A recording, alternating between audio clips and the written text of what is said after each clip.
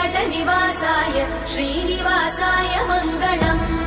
लक्ष्मी सविभ्रमालोकसुभ्रूविभ्रमचक्षुषे चक्षुषे सर्वलोकानां वेङ्कटेशाय मङ्गलम्। श्रीवेङ्कटाद्रिशृङ्गाग्रमङ्गलाभरणाङ्ग्रये मङ्गलानां निवासाय श्रीनिवासाय मङ्गलम्। सर्वावयव सौन्दर्य सम्पदा सर्वचेतसां सदा सम्मोहनायास्तु वेङ्कटेशाय मङ्गलम्। नित्याय निरवध्याय सत्यानन्दचिदात्मने सर्वान्तरात्मने श्रीमद् वेङ्कटेशाय मङ्गलम्।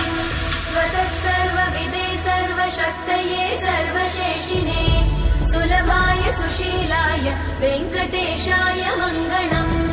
परस्मै